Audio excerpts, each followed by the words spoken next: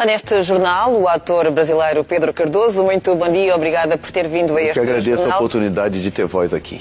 O diabo nunca se considera o diabo. O diabo sempre se apresenta como Deus. Não conheço o diabo, não conheço mal, não conheço assassino que se considere diabo, mal nem assassino. E toda pessoa que diante do mal transforma o mal em algo absolutamente razoável é porque tem o mal dentro de si. Entende? Por isso que essas pessoas, mesmo diante das declarações de Jair, dizendo que é a favor da tortura, vêm dizer que isso é apenas uma retórica. Não será retórica para os torturados. As pessoas que estão dizendo isso são beneficiários econômicos da extrema-direita. Não são os pobres. Ou são os pobres que têm dentro de si introjetada tamanha repressão que não reconhecem em si mesmo a opressão que tem dentro. Agora, isso é um desmando da classe política brasileira que nos levou para a não política. A extrema-direita, como a extrema-esquerda, é o desaparecimento da política. E portanto, acha que a eleição de Jair Bolsonaro foi o demérito de todos os outros partidos? Foi o demérito de... Não, dele mesmo, inclusive. Jair Bolsonaro é político no Brasil há 30 anos. Nunca fez nada. Mas, curiosamente, olham para ele como uma cara nova agora. Porque WhatsApp, publicidade, mentiras de todos os tipos, enganou uma porção de gente que também, por sua vez, desejava ser enganado, porque ninguém é enganado porque não quer. Essa é a minha opinião.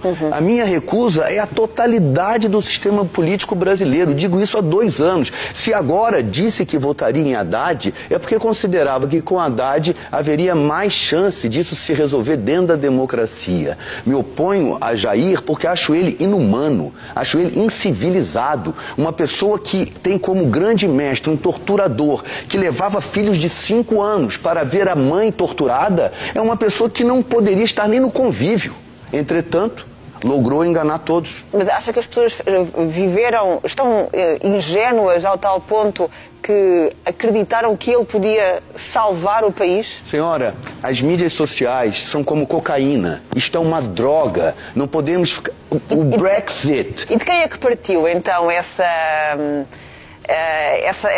persuasão das redes sociais para conseguir... O filho dele foi conversar com aquele Bannon, o homem que ajudou a eleger o Trump, o homem que interferiu no Brexit, essas empresas que pegam esses dados de todo mundo e fazem uma publicidade quase individual, dizendo para a pessoa aquilo que convence exatamente aquela pessoa, com análise de mercado. Portanto, quando dizem que Jair Bolsonaro não tem um esquema partidário semelhante ao dos outros partidos, ele optou por investir tudo nessa instrumentalização das redes sociais? Não acho que foi apenas ele. Ele, o grupo que está em torno dele, isso é um grupo de pessoas. Isso é o fim da política. Toda vez que a política acaba, você tem a guerra. A Europa conhece isso muito melhor que a América Latina. O Brasil caminha, na minha opinião, e para mim, imensa tristeza, por uma possibilidade imensa de acirramento do conflito social que lá já existe. Porque você não resolve o conflito social brasileiro com mais armamentos e com mais mortes. Mortes é o que nós já temos.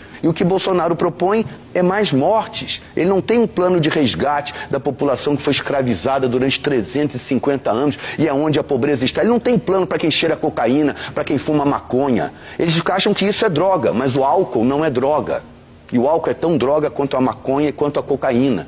São interesses econômicos. Isso que nós estamos assistindo não é a verdadeira vida política. Ouvi também muitas pessoas dizer que para nós portugueses era difícil entender esta eleição de Jair Bolsonaro, porque nós podemos sair à rua livremente sem ter o medo de ser assaltado, de ser violada, todas essas coisas que acontecem nas ruas brasileiras. A insegurança é tanta no Brasil que faz com que as pessoas optem por uma solução que, à vista do resto do mundo, pode parecer absolutamente radical e extremista? Senhora, a escravidão no Brasil é um país inseguro para os escravos há 350 anos, entende? Aí, essa questão da escravidão nunca foi enfrentada como deveria. É uma demanda enorme de muitos milhões de brasileiros. Essa violência chegou nas classes dominantes. Quando a violência chega na classe dominante, a classe dominante fala: ai, meu Deus, olha a violência, olha a violência. É violento há 500 anos para quem é pobre. Agora ficou violento para quem é rico. Os ricos arrumaram uma maneira de tentar escravizar novamente o povo. Essa é a minha posição como brasileiro. Agora, que é violento, que as classes mais altas brasileiras tenham votado em Jair Bolsonaro? É a única razão. Querem o país para eles como sempre quiseram. São herdeiros das benesses da escravidão. Isso é uma guerra entre senhores de escravos e descendentes de escravos. Isso aqui é o Brasil. Isso aqui é difícil, talvez, para um europeu que não vivenciou isso. Os países europeus, embora tenham produzido a escravidão fora de suas fronteiras, não tiveram a escravidão dentro de suas fronteiras. A Europa tem outras questões, igualmente complexas. Mas o Brasil, a questão para mim é a escravidão.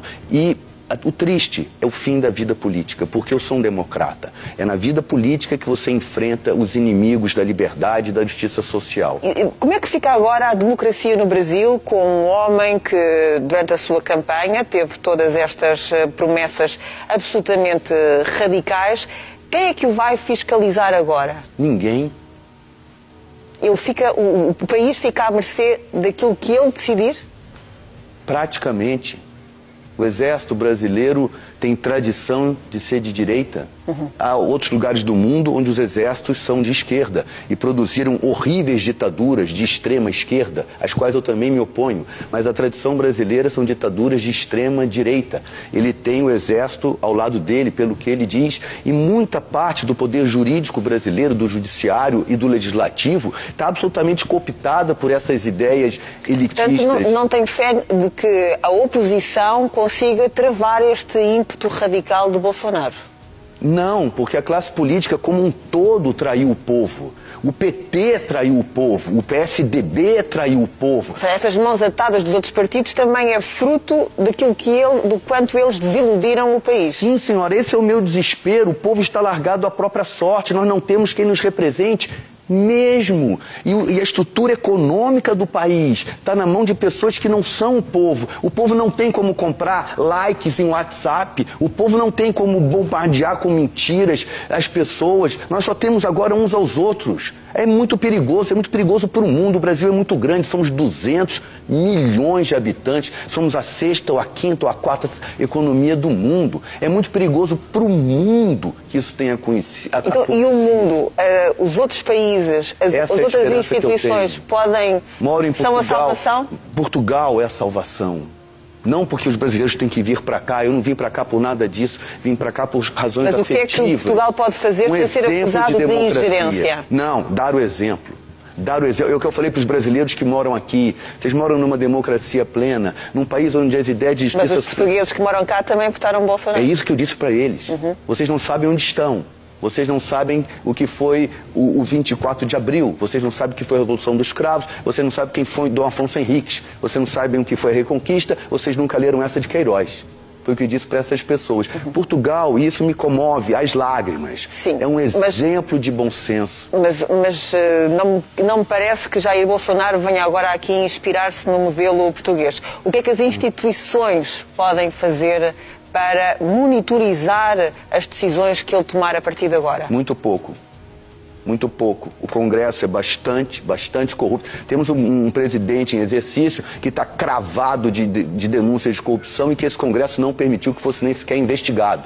Temos o Aécio Neves, que era um candidato também cravado de evidências de corrupção, que se reelegeu. E por aí vai. E Bolsonaro elegeu junto com ele uma porção de gente desqualificada. Então o Brasil está realmente entregue à própria sorte. As pessoas de bem no Brasil estão com a sua vida ameaçada. Milhares de atores foram ameaçados de morte porque inventaram que nós somos todos ladrões de uma lei Rouanet, que é uma lei feita para... Aqui tem lei Rouanet, não tem esse nome, mas aqui a cultura é bastante subsidiada pelo Estado, porque a cultura é um bem do povo, não é um bem do artista. Eu posso falar, pode investigar minha vida à vontade, que eu não devo nada a ninguém. Como digo, sou primo do Fernando Henrique. Nunca votei nele. Alguém aí do outro lado, se fosse primo do presidente, não teria votado no presidente? Pois bem, eu posso falar porque eu não votei. Ele é meu amigo, amicíssimo, mas eu não votei nele. O Pedro não pondera voltar para o Brasil? Não, eu moro no Brasil, eu moro em Portugal e no Brasil. O Brasil é meu país, tanto quanto Portugal passou a ser. Claro que eu vou voltar para o Brasil. Mas descontente? Talvez me matem, mas eu vou voltar para o Brasil. Se você gosta do nosso trabalho e se indigna com esse governo, não se esqueça de curtir o vídeo, se inscrever no canal e compartilhar o material com seus amigos, ativar o sininho para ajudar a nossa mensagem a alcançar mais pessoas aqui no YouTube. Muito obrigado e tchau!